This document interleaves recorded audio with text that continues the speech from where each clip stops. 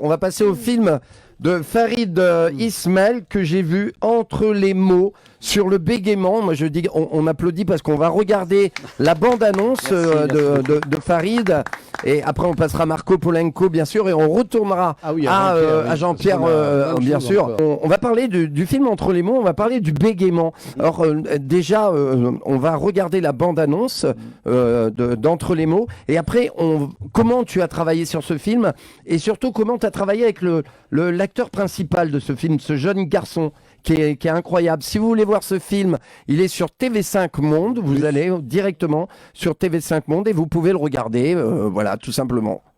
On va regarder le teaser. Plus. Voilà. Bienvenue dans mon tout premier vlog. Le bégaiement est un handicap oral provoqué par la désynchronisation de la pensée et de la parole. Allô Ça coupe, monsieur, je ne vous entends pas. Bien, il semble que vous soyez prête pour l'examen oral de la semaine prochaine. Répète après moi. Frédéric, c'est ton prénom. Tu n'as qu'à respirer et le dire. Le bec qui bug.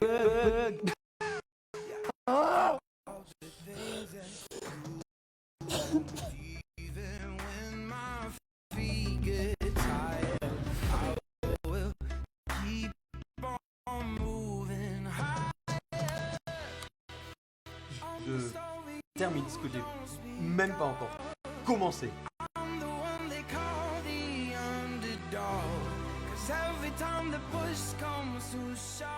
De Farid Ismail. Voilà. Du film. Voilà le teaser, là je vous ai montré, mais il y a eu un tout petit problème au niveau de la. Sur le teaser, il y avait un bégaiement. Mais c'est marrant que ça parle de bégaiement parce que même le teaser a bégayé. Oui. C'est ça qui est énorme. Et je voulais que. C'est un citizen. C'est ça. Et c'est un citizen. Et je voulais parler surtout comment ça s'est passé, comment ce contact avec ce jeune garçon et surtout. Comment on se dit tiens c'est lui, ça va être lui le premier rôle. Et est-ce que c'est un vrai par rapport à ce qui vous est arrivé, vous avez vécu ça, vous avez eu du bégaiement, hein, faut savoir pourquoi vous avez fait ce film. Vous êtes bègue mais vous vous êtes soigné comme on dit, c'est super important. Et surtout comment tu es tombé sur ce jeune garçon qui est incroyable, qui a le premier rôle. Alors, déjà, c'est la première fois que je m'exprime à la radio. Donc, en tant que bec, je trouve que c'est quelque chose de fort. C'est pas bien, ouais. Et je suis très content d'être aussi présent avec monsieur Jean-Pierre Castaldi, qui est un grand homme du cinéma et du théâtre. Donc, c'est aussi un grand honneur pour moi de l'avoir ici. Et Entre les mots, en fait, est un film qui est inspiré de ma vie. Du fait que je suis bègue, justement, et depuis très longtemps, je voulais faire un film sur ce sujet. Et c'est vrai que j'ai pas vu un film où le traitement du bégaiement a été fait d'un point de vue subjectif, en fait. Oui. Par le discours du roi, comme tu l'as mentionné. Et sauf qu'il était dans une époque révolue, et je voulais faire un film sur l'époque contemporaine où on peut s'exprimer sur le bégaiement sans que ça soit caricatural, en fait, sans qu'on fasse le gaga ou des trucs. Oui, qu'on se moque, tout simplement. Exactement. Donc il y a eu très peu de films comme ça avec Sarah Le Forestier, voilà. Donc il y a un petit sifflement là. Ouais, parce que des fois tu passes bien, ça passe bien, oui. Et des fois tu as un temps d'arrêt. Mais tu sais que quand j'étais plus jeune, c'était encore pire. Hein. C'est-à-dire que je bégayais encore plus que maintenant. Et en fait, je dis dans le film comment j'ai surmonté ça, justement, en imitant les autres par le théâtre, par le chant, par l'art, en fait, tout simplement. Donc, c'est ce que j'ai dit dans le film. Et pourquoi est-ce qu'on doit savoir pourquoi on s'est mis à bégayer ou pas? Alors, c'est vrai Est-ce que ça vient d'une peur? Est-ce que ça vient d'un accident? Est-ce que ça vient... Alors, il y a beaucoup de sources qui sont différentes. C'est une bonne question aussi à laquelle je ne peux pas vraiment répondre, puisque le bégaiement peut venir de plusieurs raisons. De plusieurs raisons. Ça peut être plusieurs facteurs. Ça peut être émotionnel, dû à un trauma, à la perte d'un proche. Voilà. Ça peut être dû aussi à un problème physiologique, psychologique, tout ça. Donc, ça peut être aussi dans la respiration. Enfin, en fait, il y a Mais toi, plein de raisons. tu ne connais pas la raison pour laquelle tu n'as Je- pas trouvé. En fait, je pense que le fait que je parle beaucoup de langues aussi, parce que ma mère elle parle espagnol, mon père il parlait en arabe et je suis né en France. Et du coup, ça, un mix de toutes les langues qui fait que je n'arrivais pas à m'exprimer bien. Et du coup, je pense que ça doit être tout ça qui a fait que je bloquais sur les mots. Et voilà. Et au début, on dit, ouais, bah, il est petit, c'était normal qu'il bégaye et tout. Puis au fur et à mesure, c'est devenu un Et est-ce poids. que tu crois pas, puisque moi, j'ai été confronté un peu comme toi, j'étais français quand je suis arrivé en Argentine, et ils parlaient argentin, au début, je ne comprenais pas un mot d'eux. Est-ce que tu crois pas que, comme c'était par rapport à ton père, est-ce que c'est pas la peur de mal faire? Genre, tu tournes cette fois dans ta langue Ta bouche, ouais. Bah, avant de parler. Et après, Mm. avant Exactement. de penser, tu vois ce que je veux dire? Exactement. Et en fait, Ça vient d'une peur peut-être de l'autorité du père ou de quelque chose comme ça, ou de mal faire. peut-être, sûrement, mais c'est ce que je dis dans le film. À un moment, c'est que la pensée va plus vite que la parole. Oui. Et en fait, on pense très vite comme ça et la parole ne suit pas ce qu'on pense. Du coup, il y a une désynchronisation et c'est ce que je dis dans le film aussi, Ah oui, dans les raisons qui sont différentes. Mais c'est surtout devenu, en fait, c'est un trouble, ça s'appelle le trouble du bégaiement, qui peut être très lourd au quotidien et les gens, des fois, ne le voient pas puisque Ouais. ils interrompent, ils pensent qu'il ne sait pas s'exprimer, du coup, il faut qu'on s'exprime pour lui, donc on finit ses phrases, tout ça. Mais en fait, au fil du temps, bah, ça devient lourd tout ça, et on a envie de l'exprimer, on a envie de ce que les gens peuvent ressentir de ce que c'est d'être bègue, en fait. Du coup, c'est pour ça qu'en faisant ce film, c'était aussi une libération pour moi, pour dire, c'est ça que je vis au quotidien, et ça fait du bien de le montrer aux gens. Ouais. Est-ce que tu as été moqué à l'école par rapport à ton bégaiement? Ah bah oui, oui. Beaucoup. Ouais, c'était très Ici souvent. en France ou En France, ouais. Ouais. Oui, Et à la maison, comment ça se passait avec tes parents? T'as des frères et sœurs? T'as des Non, je suis fils unique. t'es fils unique? Oui. Comment ça se passait avec tes parents? Bien. Bien, il n'y a pas eu, il y a pas eu un traumatisme à l'école, probablement, peut-être avec des Sûrement. camarades qui Oui. qui t'ont bloqué. Ouais, bien sûr. Et peut-être Ouais, que je ton pense. bégaiement viendrait. C'est vrai que Je pense ce que dit Jean-Pierre, ça peut venir. Et de se rappeler de ça, comme il dit, tourner sa langue 7 fois dans sa bouche, peut peut-être te soigner. De Non, toute façon, on n'est pas psychiatre. non, on n'est pas psychiatre, mais bon. Alors, ça peut Mais être une une chose qui m'intéresse, comment tu es arrivé à financer ce film par Alors, attends, je réponds à toutes les questions. Ouais, parce Mais- que si lui il n'a pas la réponse, c'est pas nous qui allons l'avoir. Ouais, Si, ouais, je vais te ouais, le dire. ouais. Mais en fait, c'est ce que j'ai dit dans le film, ça veut dire qu'il y a une part de harcèlement scolaire voilà. qui est, Ouais, c'est ça, Arsène. Harcèlement. qui est très forte et qui fait que ça retire la confiance euh, qu'on peut avoir. Je vais faire en sorte que ça dure pas longtemps, parce que je sais que quand on bégaye, ça Non, mais c'est pas grave, c'est Non, pas non, grave. mais Tu prends peux ton temps, bégayer, Mais prends ton justement, temps. c'est ce que je dis dans le film aussi. En fait, je dis beaucoup de choses dans ce film-là, et le harcèlement scolaire contribue au fait qu'on bégaye encore plus, quoi, parce qu'on se moque, on humilie, on rabaisse. Et c'est devenu un jeu et presque comique parce que il sait pas s'exprimer, bababa, gagaga. Ouais. Et Ouais. c'est vrai que au bout d'un moment, bah, on est isolé en fait du reste du monde. Complètement. Ouais, complètement isolé. Complètement isolé. Il faut savoir, c'est que tu es diplômé de maîtrise de cinéma, art La- du spectacle, à la- voilà, et à la Sorbonne, voilà, Nouvelle, tout oui. simplement. Et en 2007, Oui. voilà, passionné, acharné, voilà, tu réalises des dizaines de petits films créatifs. Voilà, tu as fait Dark Moon, tu as fait Le Sommeil, Le Magicien d'Oz et Arch Alors, Baby. Alors je précise pour Baby. le magicien d'Oz. Oui, c'est pas vrai, le- c'est pas le lui, magicien c'est d'Oz de- Oui, Avec Là, Michael c'est- Jackson. ça, c'est- Oui, on avait bien Il compris. n'y a pas que Michael Oui. Jackson, tu sais, il y a eu Non, mais je sais, une je première sais. version. Évidemment, évidemment. Mais bon, comme je disais, t'es quelqu'un de. Moi, j'ai regardé ton travail. T'as un autre film qui est pas mal aussi, qui parle de la mort. J'ai regardé ton travail et j'ai beaucoup aimé ta patte, voilà. Et même un réalisateur qui est là, qui est serbe, qui prépare une pièce de théâtre, Scarface en pièce de théâtre, ce qui n'est pas évident, avait beaucoup aimé l'image, tout ça, un peu comment ça avait été filmé. Le chef-op, la réalisation, tout ça, c'était très, très intéressant. Et entre les mots et vraiment aller le voir sur TV5 Monde, c'est vraiment, vraiment bien. Et ça, et le film, là, tu peux en parler aussi, qui est très bien. Allume-moi. Donc, vous pouvez le voir sur entrelesmots.com aussi. C'est un site que j'ai fait tout seul, en fait, en indépendant. J'enverrai. Je trouve que c'est ça qui est bien quand on fait du court-métrage, c'est qu'on est libre. On n'a pas la pression des producteurs, tout ça. Mais après, il faut passer à l'étape supérieure qui est le long-métrage. Et c'est quoi, alors, là aujourd'hui, à l'heure actuelle, ton but, c'est de faire un long-métrage? Oui, bien sûr. Je me concentre et c'est en préparation? Oui, c'est en écriture. Voilà, on va démarcher des fonds, tout ça, le CNC de région. Oui, toujours, bah voilà.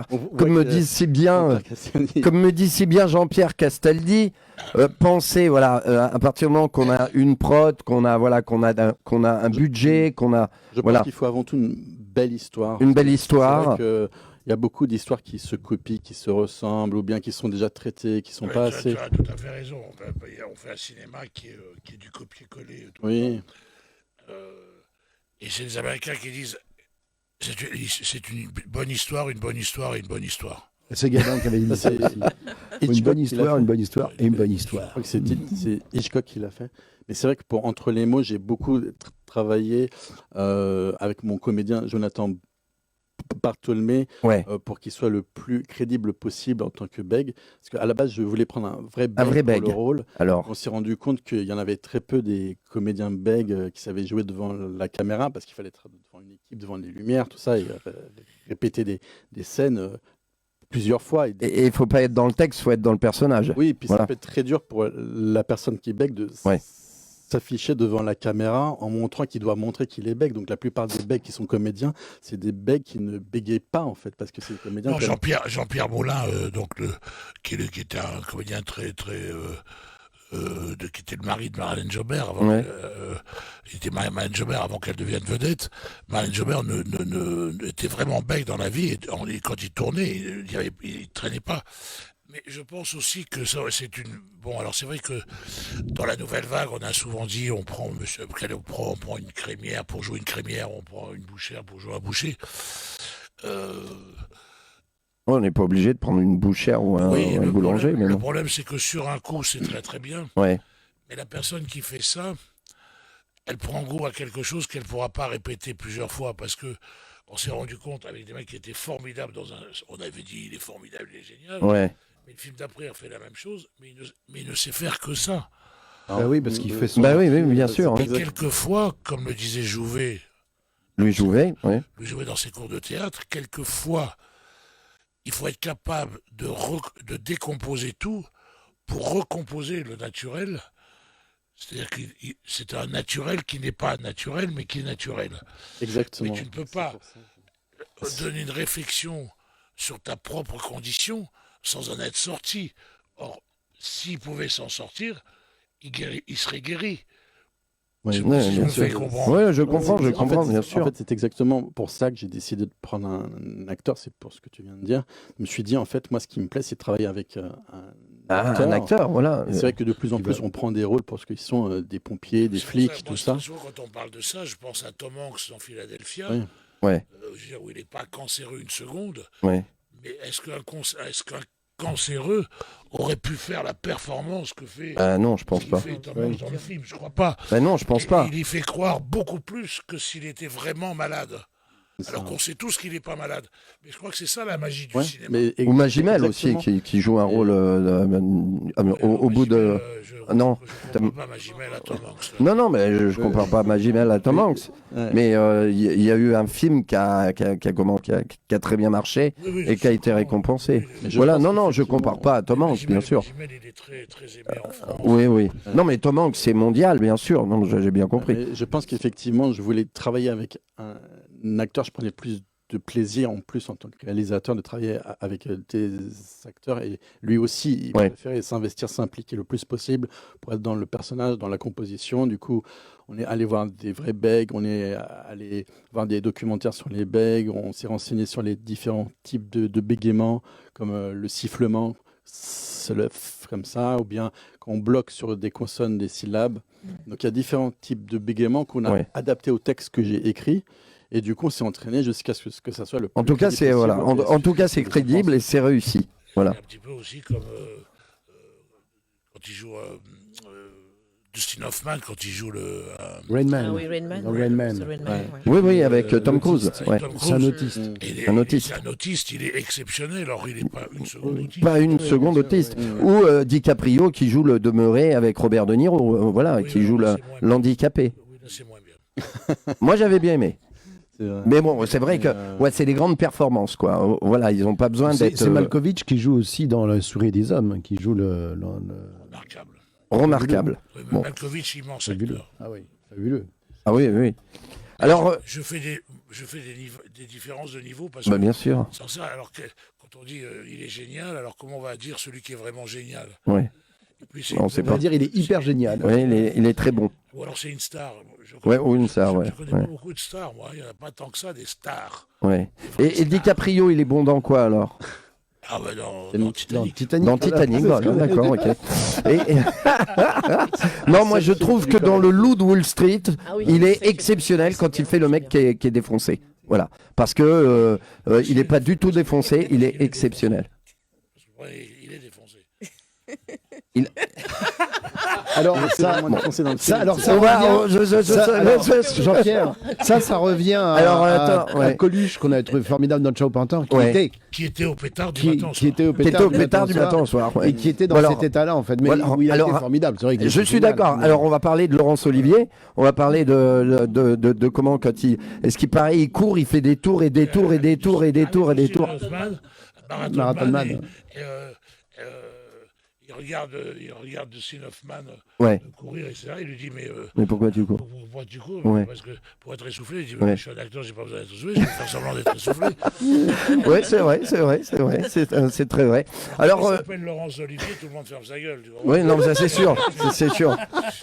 Oui, je suis d'accord avec toi, Jean-Pierre. Alors, Il y a des gens allez qui- voir. Il y a des gens qui détestent le jeu de Laurence Olivier aussi. Moi, je trouve que Laurence d'Arabie, c'était magnifique. Voilà, c'était extraordinaire. Voilà. Oui, il y a Peter O'Toole, voilà. Mais Laurence d'Arabie était sublime. Peter O'Toole, avant Oui, avant. Ouais, de faire Laurence d'Arabie, oui. c'était un Sherlock dans le Shakespeare. Ouais, à Peter Londres. O'Toole, voilà. Ouais. Exceptionnel. Mm.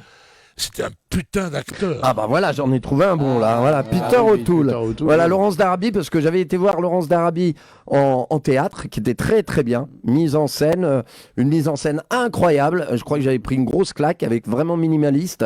Et c'était vraiment c'était vraiment superbe. Alors, allez voir Entre les mots. Voilà. Regardez le travail de Farid Ismail. Oui, voilà, je bégaye. Tu vas y arriver? Mais vas-y. L'émotion, c'est l'émotion. C'est Jean-Pierre, c'est Jean-Pierre. Il est sur TV5 Monde Ouais. Plus. Voilà, c'est comme Netflix. Je sais pas si on peut dire des marques, non voilà, Si, tu sur, peux, des ici, tu peux. Si, tu as le droit ici. Il n'y a pas de souci. plateformes de streaming sur Internet. Vous tapez TV5 Monde Plus et vous avez Entre les mots, voilà, qui est disponible. Et qui a je fait suis la très musique content. Alors la musique a été faite par CHI. Voilà. CHI? un DJ. Ah, CHI, excuse-moi. C'est pas un film, c'est un moyen-métrage, un court-métrage. Un court métrage. Un court. Pourquoi Et tu c'est ne bien présentes sur pas en TV5. concours, en festival ou Alors justement, il au a fait. César. Alors je l'ai envoyé à des festivals et il a eu un gros succès en festival. Il a eu 130 sélections et 80 prix. S'il vous plaît. Voilà. Donc, c'est énorme. Bravo. Alors, pourquoi il n'est pas passé au César? Et parce que c'est pas un film Attends, complètement. parce que Français. j'aimerais comprendre Parce quelquefois pourquoi certains Alors- films ne sont pas au César. Alors, Ouais, je vais pourquoi, ouais. expliquer, c'est parce Parce qu'un qu'en film fait, qui ramasse 80 prix, ouais. c'est pas normal Oui. qu'il soit pas dans la liste des films Ah, au César. Alors en fait, c'est parce qu'il y a des festivals qui sont liés par rapport à la nationalité du film et en fait, il faut qu'il soit 100% français pour les Césars. 100% français. Ou bien 80% Et il est D'accord. français. Et le film est luxembourgeois. Donc il a été tourné au D'accord. Luxembourg avec une boîte de production Luxembourg. Il y a des prix pour les films étrangers aussi. Oui, mais bon, en fait, c'est. On pourra pas savoir. En fait, il est pas assez étranger du coup, parce qu'il parle en français, du coup, dans le D'accord. film. Donc c'est un peu entre les Il est deux. passé. C'est ouais. entre les mots, c'est entre les Ouais, deux. entre les mots, voilà, bravo. il Allez, est- on il est- applaudit, allez il est voir le trop film français Entre et les trop mots étranger d'un de autre. Farid Ismail. Voilà, Mais c'est bon, très très beau film. Il a été pris en un festival de catégorie A à Téhéran, et ça, je suis très content déjà. Bon, en tout cas, bravo. Voilà. On va passer à Marco Polenko.